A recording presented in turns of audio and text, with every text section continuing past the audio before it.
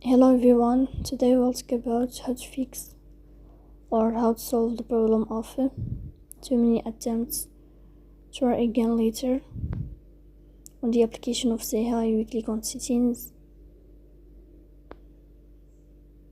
Here you can click on apps, default apps, app settings.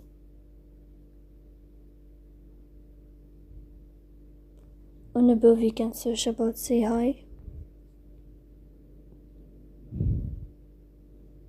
Then you can click on first stop and you can click OK. After that you'll enter to the window of storage.